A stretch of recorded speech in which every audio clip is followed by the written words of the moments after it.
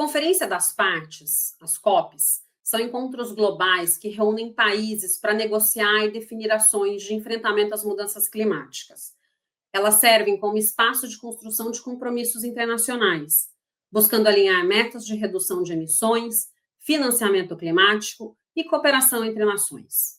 A COP30 teve uma importância especial, realizada no Brasil, em plena região amazônica, trouxe o centro das discussões o papel estratégico da floresta para o equilíbrio climático global e reforçou a responsabilidade do país e da região na agenda ambiental internacional.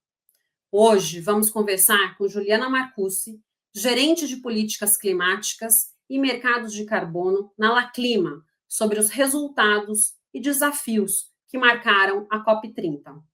Logo após a nossa vinheta.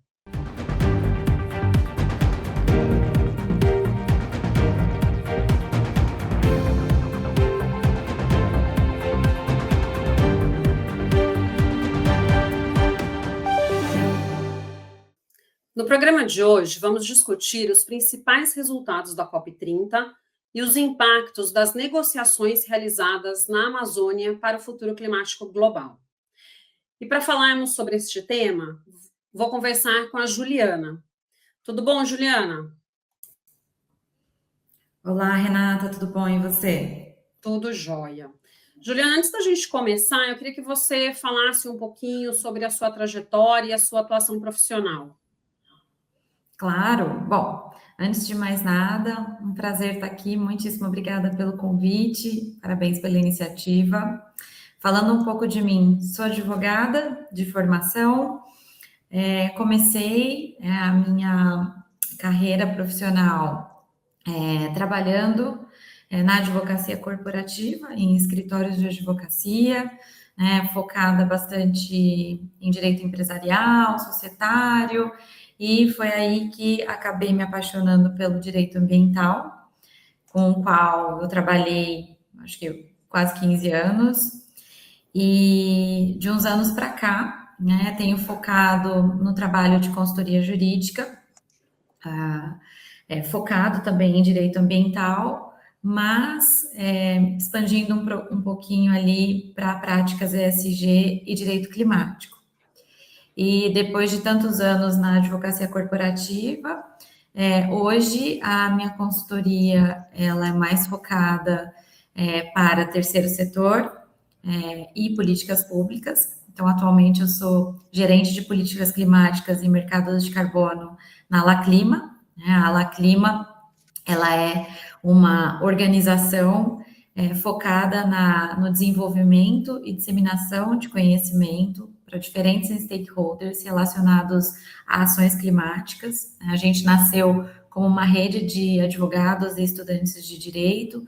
Hoje a gente ainda é essa rede com mais de 1.300 membros, mas também somos um instituto think tank, em que a gente presta assessoria jurídica para outras organizações do terceiro setor, para organizações multilaterais, multigovernamentais, para governos, sempre com essa lente da capacitação, da expansão do conhecimento, nivelamento de debate e com um viés para a justiça climática.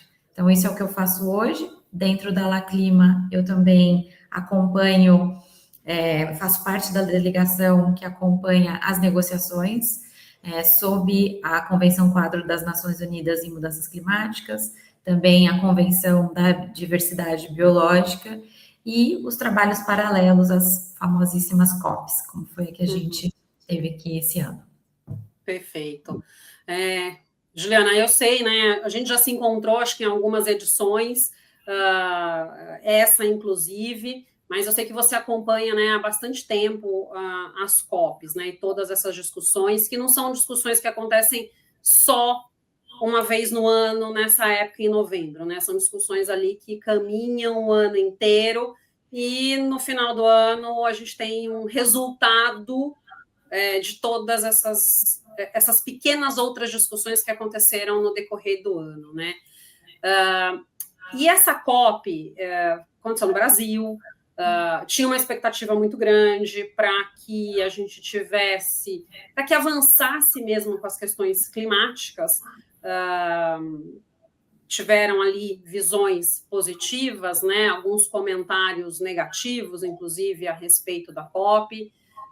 Mas eu queria que você falasse, né, no seu ponto de vista, quais foram os resultados mais significativos que a COP30 trouxe? Porque também tem uma outra questão que acho que é importante a gente colocar. Uma boa COP, né? É óbvio que tem a questão da infraestrutura, tem a questão da onde é feito, onde é realizado, mas a boa COP é aquela que traz bons resultados, né? Não necessariamente essa outra questão por detrás. Então, eu queria que você falasse um pouquinho como foi essa sua experiência e quais os resultados ali mais significativos que a gente teve nessa última reunião. Sim, ótimo ponto, Renata. Bom, como você disse, né, a COP, ela é um dos tantos atos e ocasiões que geram o desenvolvimento, né, e a implementação daquilo que foi decidido entre os países membros da UNFCCC, né, a Convenção Quadro das Nações Unidas, para combater as mudanças climáticas, né? Então, a COP, ela jamais vai ter aquela expectativa de que ela vai salvar o mundo em 2 semanas. Não é essa expectativa que a gente tem que ter, e eu acho que essa é uma premissa muito importante na hora de se fazer uma análise dos resultados da COP.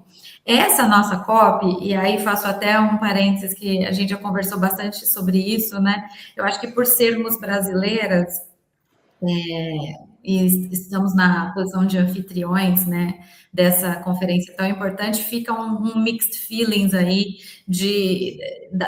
do balanço dessa COP, né, porque não foi um ano, não foram 15 dias para a gente, né, foram 3 anos aí de preparação. Então, eu digo que tiveram vários resultados muito significativos dentro e fora da COP. Então, ela teve esse quê a mais de resultado.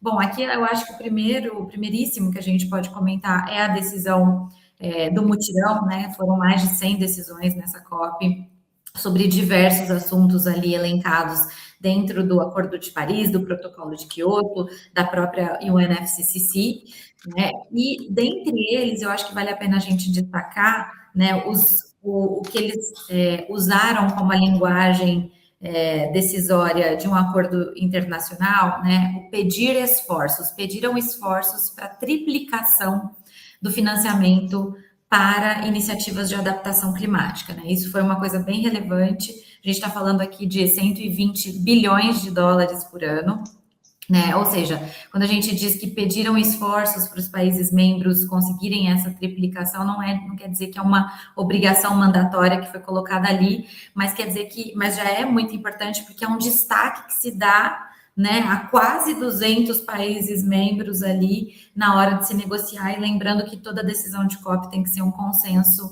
absoluto, né? Então já é muito desafiador por si só.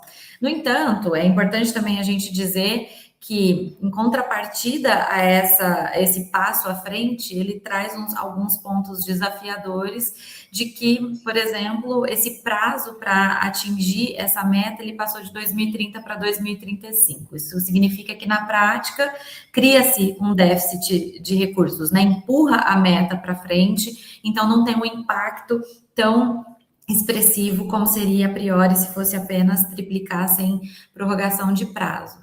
E, além disso, esses recursos que vão para o financiamento de iniciativas de adaptação, eles vão sair daqueles 300 bilhões que foram aprovados na COP29 para financiamento climático. Ou seja, muito se discute, foi muito criticado o fato de que isso não é dinheiro novo. De novo, em contrapartida, muitos olham isso como um ponto positivo, porque pelo menos há uma decisão que aborda expressamente essa destinação de recursos financeiros para adaptação, mesmo que seja um dinheiro já reservado para financiamento climático. E aqui a gente traz também o fato de que tem uma previsibilidade de maior incidência de blended finance, né, que a gente está falando não só de financiamento público, mas financiamento privado.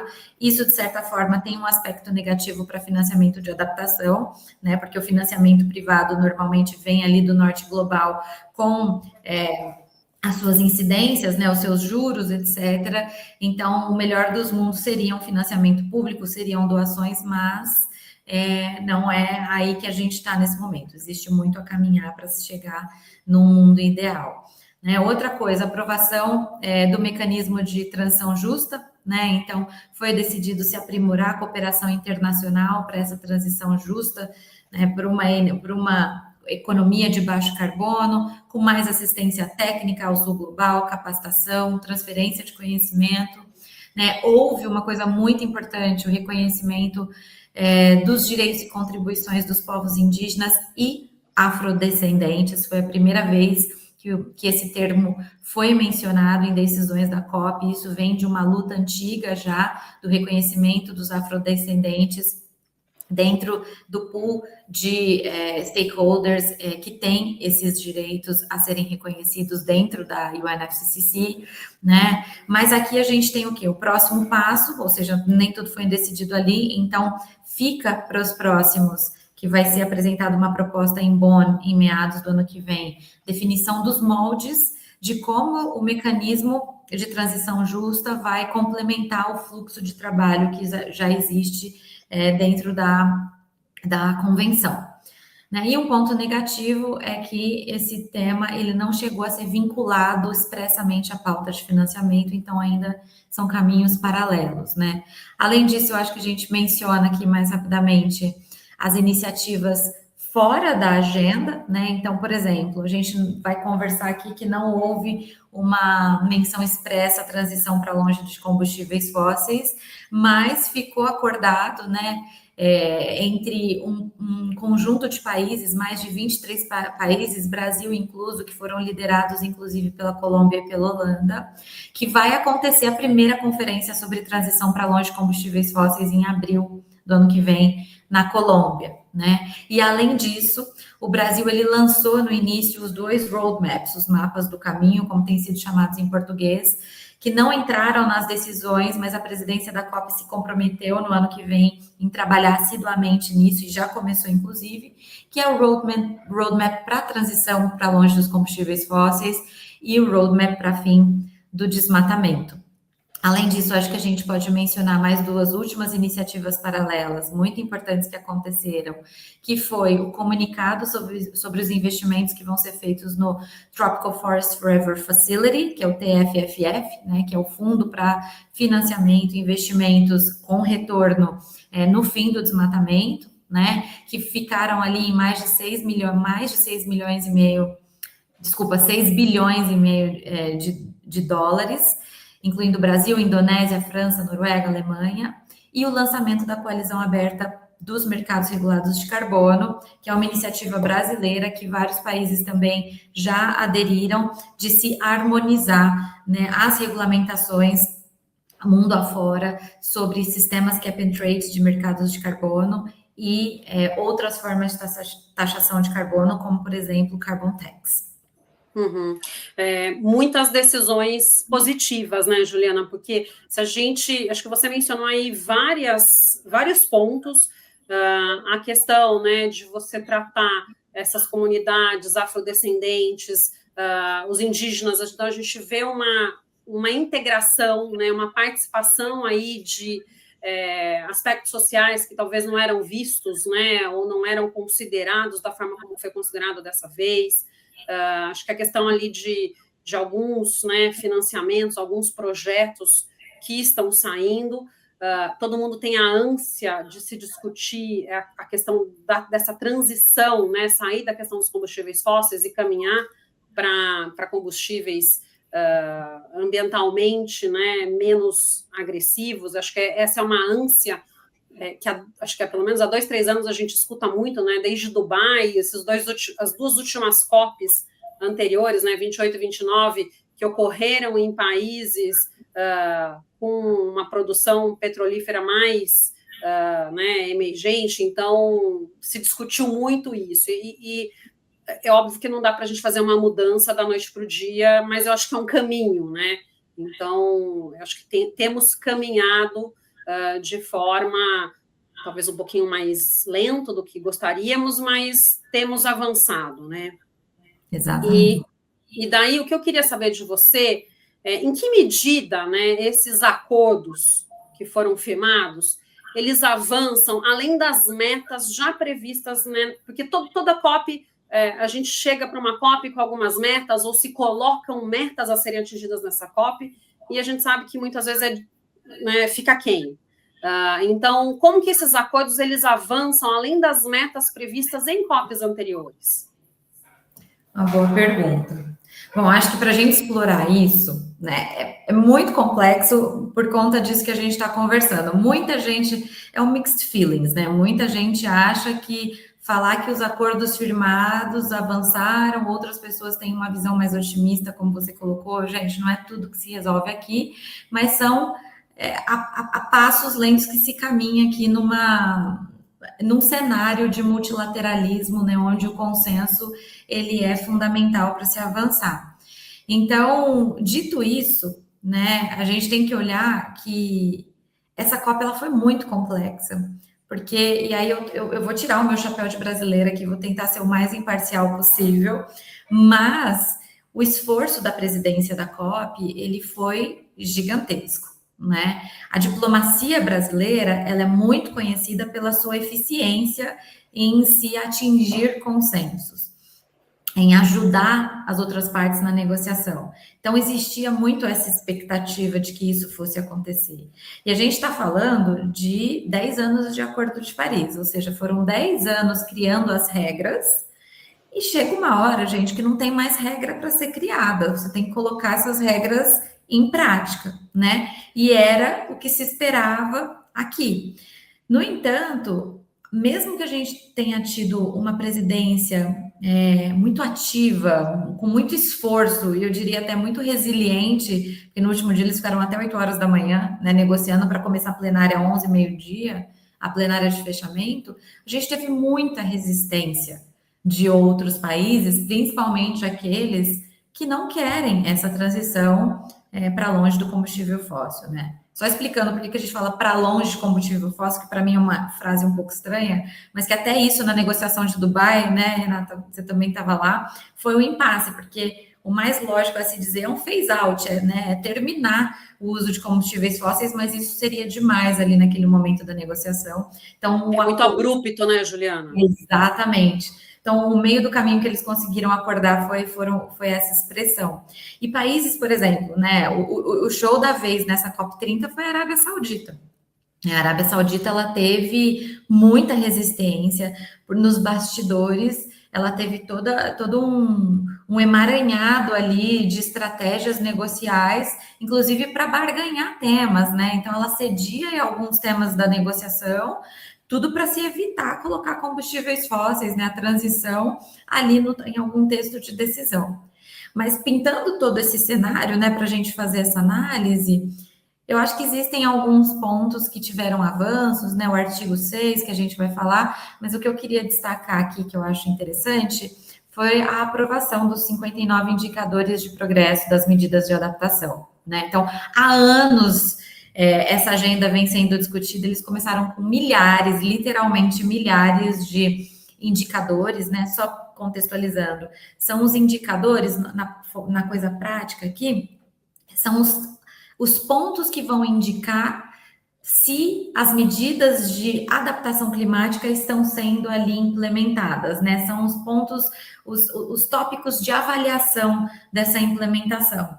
E existem muitos, que a gente está falando do mundo inteiro, são ambientes diferentes, né? São cenários diferentes, são desafios de adaptação diferentes, então você precisa, é um desafio gigante você canalizar isso de alguma forma, você delimitar isso de alguma forma, então foram anos aprimorando esses indicadores, diminuindo a quantidade, conseguiram aqui chegar a 59, exatamente para entrar nessa fase de implementação dessa avaliação das medidas de adaptação, porque o que a gente não mede, a gente não conhece, né? Então, só para contextualizar, então teve esse ponto positivo, mas obviamente veio ali com muitas críticas, né?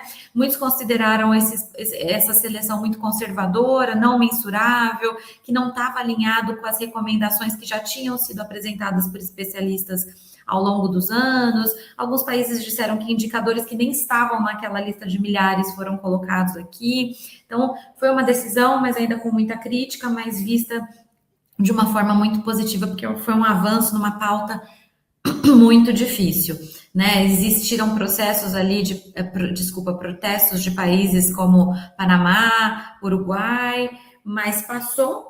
E agora o próximo passo é o detalhamento de como usar esses indicadores, né? Eles ainda não são mandatórios, e isso tudo vai acontecer nos próximos 2 anos. E já que você mencionou aí a questão do artigo 6º, o artigo 6º, né, do Acordo de Paris, ele fala sobre o mercado de carbono. Quais foram esses avanços, né, que realmente destravam esse mercado global? Bom, você já me conhece, sabe quando é artigo 6, eu estou em casa, né? Para contextualizar o pessoal aqui, é o tema da COP do meu coração, porque é o meu trabalho, inclusive, dentro da delegação da La Clima, é o tema que eu e a minha equipe acompanhamos, né? E ele é um tema muito peculiar, como você colocou, ele fala de 2 mercados de carbono e uma abordagem não mercadológica, né? Um outro dia a gente pode conversar melhor sobre isso. Mas sobre esses 2 mercados e até a abordagem não mercadológica, eles são a agenda dentro das negociações das COPs mais avançada, né? Por quê? Porque vou ser muito transparente aqui, eles envolvem muito dinheiro, né? Tem gente que vai ganhar dinheiro, tem gente que vai usar esse dinheiro para medidas de mitigação climática, principalmente. Então, existiu muito interesse em que isso avançasse. Então, em comparação com as outras agendas, ela é a mais avançada no sentido de que as regras já estão postas na mesa. Em Baku, né, as partes conseguiram finalizar a definição das regras de funcionamento desses instrumentos de cooperação mercadológicos e não mercadológicos, e a partir desse ano começou a se colocar em prática isso. Aí todo mundo falava assim, Juliana, o que você vai fazer na COP se já terminou as regras, né? E até as pessoas que acompanham o artigo 6 há muito mais tempo do que eu, foi novidade para elas no sentido de o que a gente faz agora, né? Porque a primeira agenda que termina é a primeira agenda que está mais avançada para se colocar em prática instrumentos do Acordo de Paris. E o que aconteceu, né? O avanço que se teve aqui foi o quê? Dinheiro. Então, se discutiu muito, quando a gente fala de artigo 6, na verdade, são 5 agendas. 5 agendas, né? São os 3 instrumentos do artigo 6, o mecanismo de desenvolvimento limpo que está sendo abarcado dentro de um desses mercados, e o chamado ITL, que é o sistema ali eletrônico internacional do antigo mecanismo de desenvolvimento limpo, que também está sendo desativado para se funcionar a todo vapor os mercados do artigo 6. E para funcionar de novo, a gente precisa de dinheiro. Então, o que foi decidido ali foi uma realocação de fundos, principalmente do mecanismo de desenvolvimento limpo, que está parando de funcionar, para os mercados do artigo 6, para que se monte a infraestrutura necessária, né, os sistemas de rastreio desses créditos, de issuance desses créditos, e a gente está falando aqui em quase 30 milhões de dólares, então foi uma decisão muito difícil, né, mexer com 30 milhões de dólares, apesar de que esse dinheiro é muito pequeno perto das outras agendas, mas ali entre quase 200 partes, em chegar no acordo de como usar esse dinheiro. Eles foram bem sucedidos nisso, né? E dentre as destinações aqui, grande parte disso vai ser destinada para o mercado do artigo 6.4, que é o chamado PACMIN, que é um mercado que vai envolver não só países, mas qualquer instituição, qualquer organização, setor privado que queira participar no mundo. E aqui a gente precisa montar, né, a infraestrutura, existe um órgão supervisor que precisa funcionar e é caro para ele funcionar, porque é ele que dita as regras metodológicas de emissão de créditos, de como vender, quanto durar.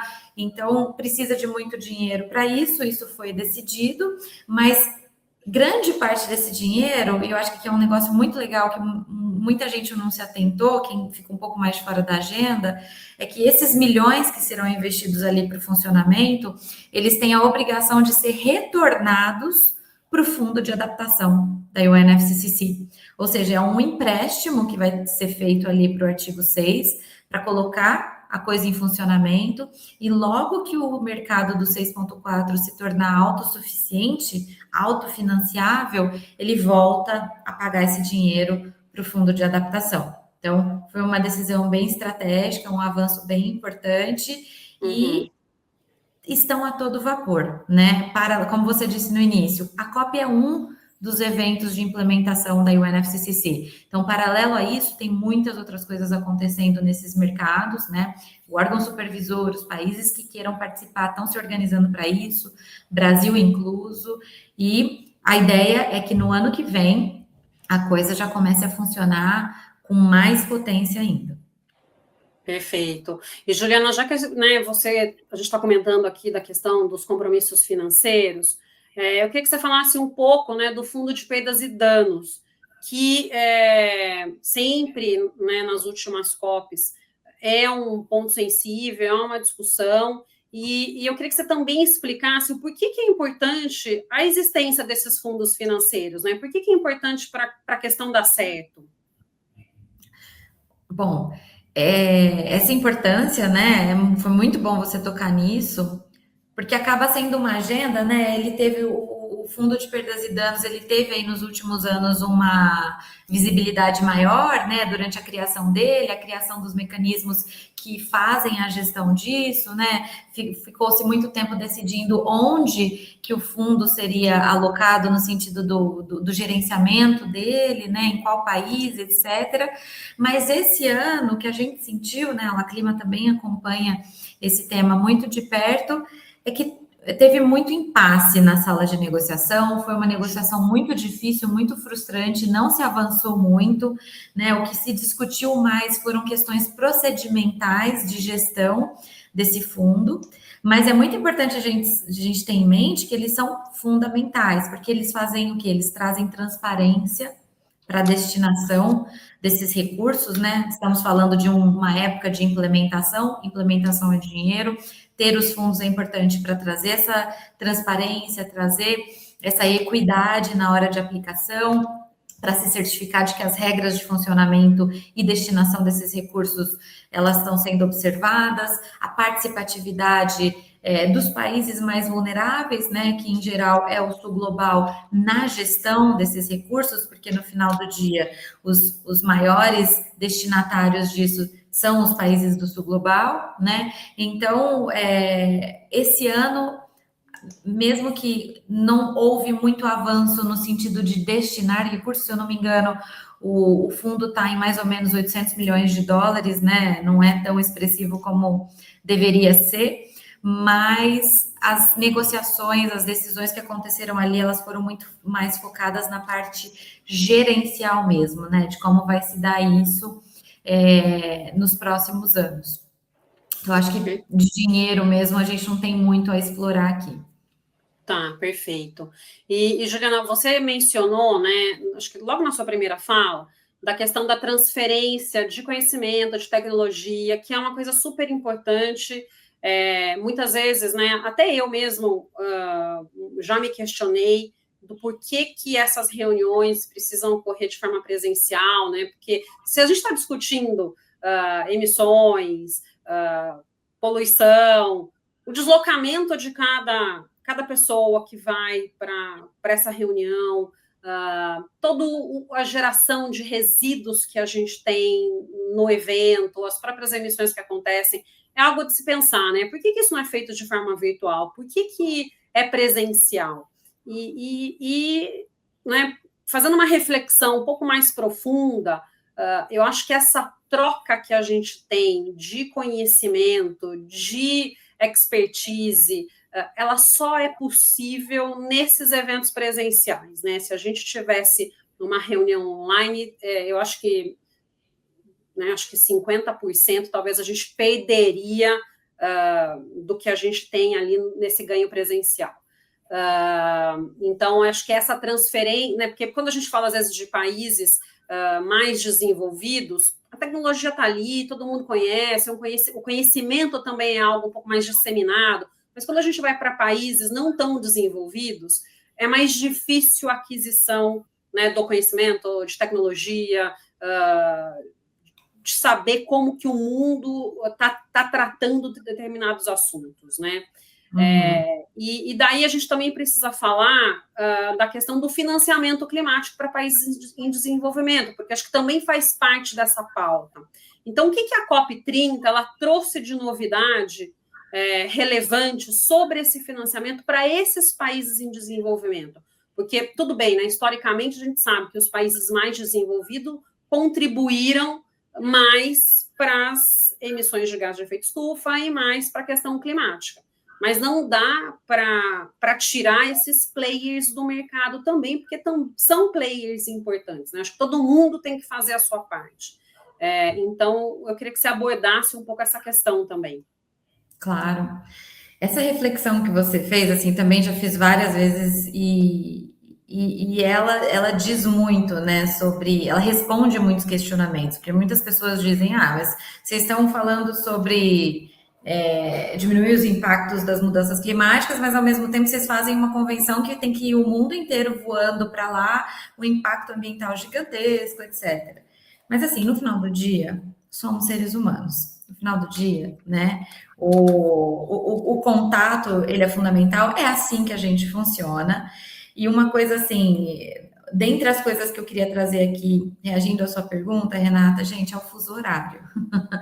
O fuso horário, ele tem um impacto absurdo. Primeiro, assim, quando a gente está no mesmo fuso horário, a gente está numa reunião online, como você disse, a gente perde uma porcentagem muito grande da produtividade daquilo. Se você está em outros fusos, se você tem quase 200 diferentes localidades, em muitos fusos horários diferentes, com muitas culturas diferentes, assim, é muito complicado você chegar num consenso de forma online. Eu não diria que é impossível, né? Porque já é difícil presencial. E contando um pouquinho até de como funciona a COP, quando você está ali dentro das salas de negociação, além de ser uma proximidade muito maior entre as partes, uma facilidade muito maior para se conversar, né? A grande negociação, ela acontece nos chamados huddles, que é menor ainda do que uma sala de negociação. Então, quando o impasse realmente acontece e todo mundo precisa entrar num acordo, senão vai ser um fracasso aquela agenda, eles simplesmente se levantam, fazem literalmente uma rodinha de pessoas e ficam ali conversando, muitas vezes sentados no chão, assim, uma coisa bem mais próxima, informal, informal, exatamente, para conseguir se chegar no consenso que se espera. Então, primeiro, eu acho que isso ilustra muito bem a necessidade de se fazer presencial, né? Lembrando que ao longo do ano inteiro existem outros trabalhos que vão desencadear ali na COP, que a COP é o lugar formal para tomadas de decisão, né? Decisões políticas, decisões dos ministros de Estado que estão ali na segunda semana, mas eventos online e presenciais acontecem no decorrer do ano inteiro para desenvolver esse trabalho, né? Não é que eles ficam um ano inteiro sem fazer nada e são 15 dias ali numa sangria desatada para resolver o problema. Não é isso. E um outro ponto muito importante que você trouxe, né? É a equidade, é a igualdade, né? O nivelamento ali do conhecimento e da capacidade de negociação. E ali no presencial, você vê, assim, a língua é uma barreira muito, muito grande, né? Tem muitos, mas são só diplomatas que estão ali, são só delegados. Sim, mas muitas vezes de países muito vulneráveis, com falta de investimento em próprio pessoal, né? Nos servidores ali para estarem capacitados para negociar nos melhores interesses do próprio país. Então, aquele ambiente ali ele proporciona uma visibilidade maior, uma proximidade maior, né? E de certa forma ele traz essa exposição para todos os países de uma forma igual. Infelizmente, né? Numa sala de negociação você tem os protagonistas, você tem os países que normalmente são os mais desenvolvidos que vão dar o tom ali da negociação, vão dar as principais palavras e muitos outros vão simplesmente acompanhar e não se manifestar, né? Mas não deixa de ser um espaço para trazer essa exposição igual para todos, né? E um outro ponto que é assim, que eu acho que a nossa COP, né, já nos apropriando dela, foi um grande exemplo, que é o envolvimento da sociedade civil, né? E acho que a gente vai falar um pouquinho disso também, mas ali a gente tinha muita gente na Blue Zone, que é onde acontecem as negociações, que você precisa ter o cadastro para ir ali, né? O credenciamento. Tinha muita gente que não era negociador ali, acompanhando as negociações.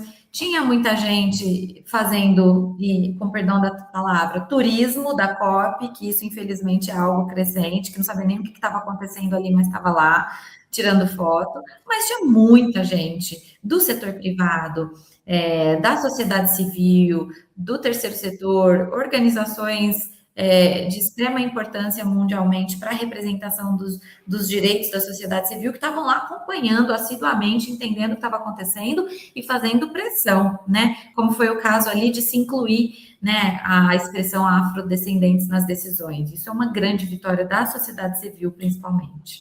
Uhum, perfeito. E, Juliana, diante ali, né, do que você acompanhou nas discussões esse ano, qual foi o maior impasse dessas negociações e como ela afeta o futuro climático, né, global, próximo caminhar aí? Bom, sem dúvida alguma, para mim e para muitas pessoas, né, o maior impasse foi a falta de menção sobre transição para longe dos combustíveis fósseis em todas as decisões. Nenhuma decisão abarcou essa expressão, né, de forma ali expressa, visível, formal. E isso foi, assim, ao mesmo tempo que eu posso dizer que foi uma surpresa, não foi, né? Porque COP pode acontecer absolutamente tudo, assim, você está indo super bem e no grande finale ali você tem um balde de água fria. Então, tudo pode acontecer. Mas nesse caso, a gente tem uma decisão do Global Stocktake, né, do balanço global, que foi colocada ali em Dubai, com essa menção expressa. Ou seja, isso já está incutido nas decisões mais recentes da UNFCCC, do Acordo de Paris. Então, era presumível, era óbvio que isso devia ser um embasamento fundamental das decisões de Dubai para cá.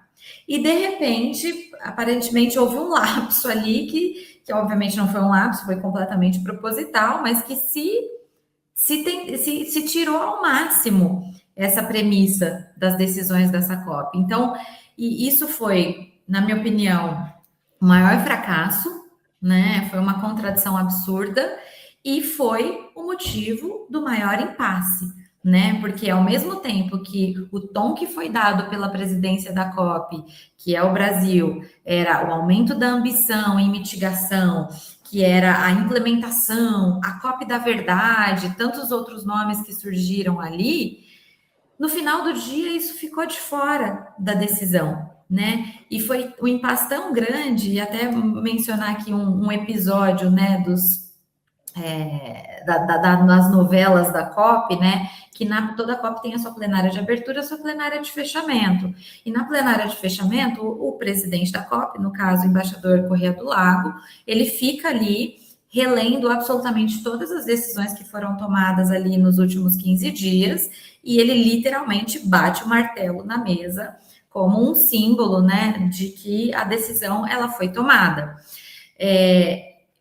Não sei se pelo fato de que ele ficou a noite inteira acordada e houve um lapso ali, ele não estava batendo martelo em determinados momentos, e a regra é que antes que ele bata o martelo, ele abra um espaço ali para alguém que queira se manifestar. E esse espaço também foi muito curto, foi uma coisa muito rápida ali, e de repente, né, a Colômbia fez uma objeção formal ao que estava acontecendo, ao procedimento em si, e embasando muito na insatisfação dela e de outros países latino-americanos, do sul global, pela falta de menção da transição para longe dos combustíveis fósseis nas decisões que estavam sendo tomadas, e isso paralisou, né? Paralisou a plenária de fechamento por lá, não sei, 40 minutos, né? E foi um burburinho todo para a presidência entender onde que ela tinha errado no procedimento, o que fazer para consertar, e até mesmo o que fazer procedimentalmente frente a essa objeção formal de um dos países para que a plenária continuasse, ou seja, para que a COP tivesse o seu resultado final. Né? Então, foi um impasse muito grande diplomático, se resolveu sem colocar a menção a essa expressão, mas como uma medida paliativa, a presidência da COP, lembrando que a presidência da COP começou na COP 30 e vai até a COP 31, ou seja, 1 ano de presidência, se comprometeu, inclusive na pessoa do embaixador, em seguir com os trabalhos paralelos, que são os roadmaps, um deles, o roadmap para a transição para longe de combustíveis fósseis, como um trabalho paralelo. Mas isso não está na decisão. Mas tem o seu ponto positivo, porque ele está sendo falado ali, e as coisas no multilateralismo, elas andam assim, são passos lentos, mas são passos com marcos, né? E isso foi um desses marcos. Acho assim, né, é importante frisar, acho que 2 coisas que você tem trazido, mas acho que poucas pessoas têm o conhecimento de fato, que são decisões unânimes, né? Você tem que ir para... não dá para ter um voto contrário, uma posição contrária. Então, se chegar ao consenso é muito importante dentro de uma COP. É o que você falou. Às vezes não vai na velocidade que gostaríamos, né? Mas é passinho a passinho. Mas quando esse passinho ele é dado, é um passinho consolidado de fato, né? Porque as discussões foram muito maiores do que a gente até gostaria que fossem, né? Mas é justamente por conta disso, para você chegar ali numa concordância de todos. E uma coisa, né, que eu queria que você colocasse também, o que foi aprovado, né, das decisões que, acho que você até colocou ali, acho que foi a primeira pergunta que eu te fiz, ela correspondeu às expectativas iniciais? E outra coisa também, né? A COP30, ela vai deixar alguma questão como uma prioridade urgente a ser decidida para a próxima COP, na COP31? Bom, ficou, assim, totalmente aquém do esperado, né? Por conta dessa questão dos combustíveis, do financiamento, da falta de implementação, né? A gente teve, como eu coloquei, avanços na agenda de adaptação, a agenda de medidas unilaterais, que começou finalmente a ser discutida, né? Como, por exemplo, o CBAM, né? A agenda do artigo 6 tiveram seus avanços que foram condizentes com o esperado, mas a grande maioria não foi, né? Se esperava ali uma definição muito mais clara do que vai ser feito agora no que diz respeito ao financiamento, principalmente, né? E isso não aconteceu. No entanto, né, o que a gente vê aqui? Qual que é como você perguntou, a prioridade ali para a COP31? Agora, se antes já não estava claro, agora está, que é a era da implementação, sabe? Ou vocês países vão para uma COP para discutir financiamento climático, para discutir implementação e alocação de recursos, ou vocês não vão, porque não tem mais as regrinhas para serem trazidas. Óbvio que existem muitas regulamentações ainda a serem colocadas, mas para fins de implementação, né? Não marcos legais ali iniciais, como foram, por exemplo, o livro de regras do Acordo de Paris, que está pronto, né? Então, eu acho que isso é uma grande prioridade, né? Como você colocou muito bem, Renata, a disponibilização desses recursos, em especial para o sul global, os países mais vulneráveis, porque o multilateralismo ele é complicado, ele é devagar, são passos lentos, são, Mas, gente, a mudança climática a gente sabe, assim, quem não sabe que a mudança climática é urgente, que nós estamos já num cenário de emergência climática, que as metas do Acordo de Paris se a gente continuar assim, a gente já não cumpre mais o que foi do 1,5 graus, 2 graus, é porque você não está vivendo no planeta Terra. Assim. Então, a gente tem uma urgência muito grande, o descompasso, né? A gente teve a ciência muito presente nessa COP, que falou em alto bom tom, o descompasso das negociações com a velocidade que a emergência climática está acontecendo, né? Ele é gigantesco, ele é um abismo, não tem como mais a gente continuar fazendo nesse ritmo se a gente quiser resolver alguma coisa do bem-estar humano e não humano, né?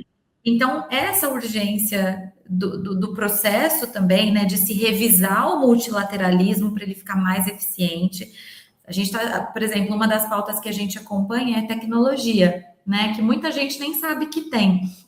E ela tá avançando muito, né? O próprio governo brasileiro ele tem um protagonismo ali muito grande no sentido de trazer a tecnologia. A gente tem inteligência artificial, a gente tem tantas outras tecnologias de ponta, trazer isso para o sistema multilateral, para que ele seja mais eficaz, né? Então, acho que essa é uma outra prioridade ali. E outra coisa que é uma coisa que pessoalmente me incomoda muito, Renata, queria saber se te incomoda também. O lastro desses recursos, né? A gente vê a gente está no momento de falar de valores e quem vai dar esses valores, mas é muito importante a gente ter em mente a relevância de lastrear o que vai ser feito com esse dinheiro, né? Sul global, gente, tem muita corrupção, né? Tem muita má administração pública, norte global também, mas esses são uns dos tendões de Aquiles que a gente tem. Então a gente precisa certificar não só que o dinheiro vai chegar, mas que ele vai ser utilizado da melhor forma possível, que ele vai chegar na ponta, que ele vai chegar para quem realmente precisa. Daquela exatamente, da medida de adaptação, quem está sofrendo ali, quem está sofrendo perdas e danos mesmo, né? Então, eu colocaria isso como uma outra urgência para a próxima COP. Não, perfeita colocação, é super importante, porque muito se fala do dinheiro, né? Ah, não tem dinheiro, cadê o dinheiro? Precisa do dinheiro. Tá, mas e aí, tendo o dinheiro, para onde ele vai?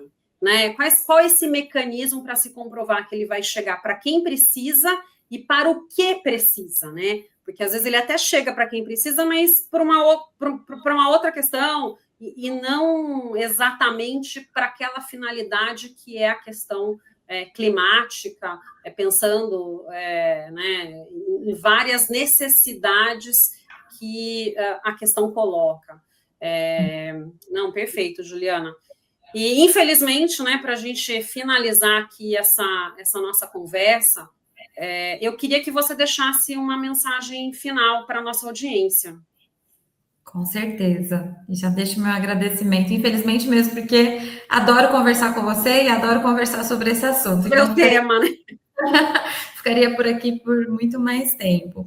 Mas eu acho que uma mensagem bacana para se deixar é o seguinte, né? Há 10 anos, a gente, pelo menos assim, eu que mexo com isso, a COP não tinha tanta visibilidade na minha vida como tem agora. Eu imagino para as pessoas que não trabalham diretamente com isso e para a sociedade como um todo, né? A gente teve a COP no Brasil, então trouxe muito holofote para isso, fez com que a gente se aproximasse desse instrumento global de combate às mudanças climáticas, fez com que a gente entendesse um pouco mais isso, né? E isso é um marco de transformação do que é a COP. Né? Porque há 10 anos pouco se sabia sobre isso, eram as pessoas mais próximas desse tipo de trabalho, mas ao mesmo tempo isso tem um impacto gigantesco na nossa vida, com tudo isso que a gente está falando, né? A gente sente na pele as mudanças climáticas, seja por frio, seja por calor, seja por falta de água, seja por incêndios florestais, assim, tem milhares de formas impactantes na vida de cada um. As mudanças climáticas. E a COP é, sim, o espaço para se combater isso, né? E a transformação que eu vejo, e Belém foi, assim, a melhor ilustração, porque, por exemplo, a Green Zone estava o máximo, né? E a Green Zone é um espaço mais aberto para os não negociadores para a sociedade como um todo. E ela sempre costuma ser uma coisa mais cinza, mais apagada. E em Belém, ela estava viva, ela estava muito mais legal que a Blue Zone, inclusive. A gente que tinha que ficar nas negociações, a gente queria ir para lá conhecer a Green Zone, né? E isso ilustra muito o fato de que a COP agora é um ambiente não só de negociadores, de chefes de Estado, de coisas cinzas, de coisas chatas, diplomáticas, de regras e normas e tratados internacionais. Ela é uma coisa das pessoas. Então, ao invés de a gente utilizar isso para fazer o tal do turismo da COP, vamos utilizar isso para a gente se inserir nas decisões, né? A gente, como sociedade civil, para a gente fazer parte disso e entender. Eu acho que para você fazer parte de qualquer coisa, o primeiro passo é você entender o que está acontecendo ali. Então, eu deixo o meu convite e me coloco mais do que à disposição, né, em nome da La Clima, para as pessoas que querem entender um pouco mais sobre a COP, que querem entender como que elas podem ter incidência sobre isso, porque podem sim. Né? A sociedade, o setor privado, a academia, são esses que vão fazer a COP andar para frente, que vão colocar a pressão necessária e trazer o conhecimento necessário. Seja um conhecimento científico, seja um conhecimento de quem sofre aquilo na pele de forma mais vulnerável, né? Então, a minha mensagem que eu deixo é essa, convidar todos para entender um pouco melhor a COP, se colocarem, se enxergarem como uma peça importantíssima nesse processo, né? E se estimularem a fazer essa diferença também no procedimento.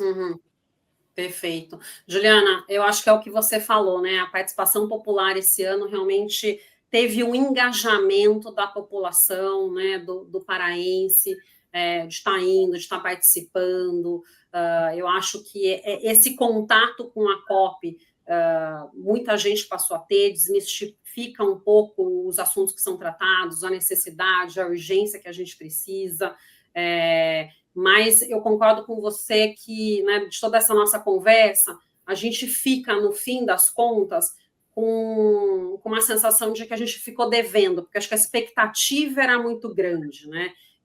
Eu acho que é muito mais uma sensação do que, de fato, de que estamos devendo, porque a gente teve muita coisa positiva, mas, como você bem colocou, a velocidade não dá mais para ser essa. A gente precisa começar a caminhar a passos largos, né? E a gente ainda está naquele passinho de formiguinha. Exato. Então, eu acho que é isso. Queria te agradecer, acho que a conversa, né? Eu até falei infelizmente, porque é o que você falou, a gente poderia ficar aí mais horas e horas conversando, é um assunto que acho que tanto agrada a você quanto a mim, e eu acho que além de ser super interessante, é de extrema importância, né? Então, já deixo aí o convite para que você volte mais vezes e que a gente converse sobre esses e outros assuntos também, tá? Com certeza, muito obrigada, convite super aceito. Bom, maravilha. No programa de hoje, eu conversei com Juliana Marcucci, gerente de políticas climáticas e mercados de carbono na La Clima. Muito obrigada a você que nos acompanhou até aqui. Deixe seu like, se inscreva no nosso canal, compartilhe este conteúdo e nos vemos na próxima semana.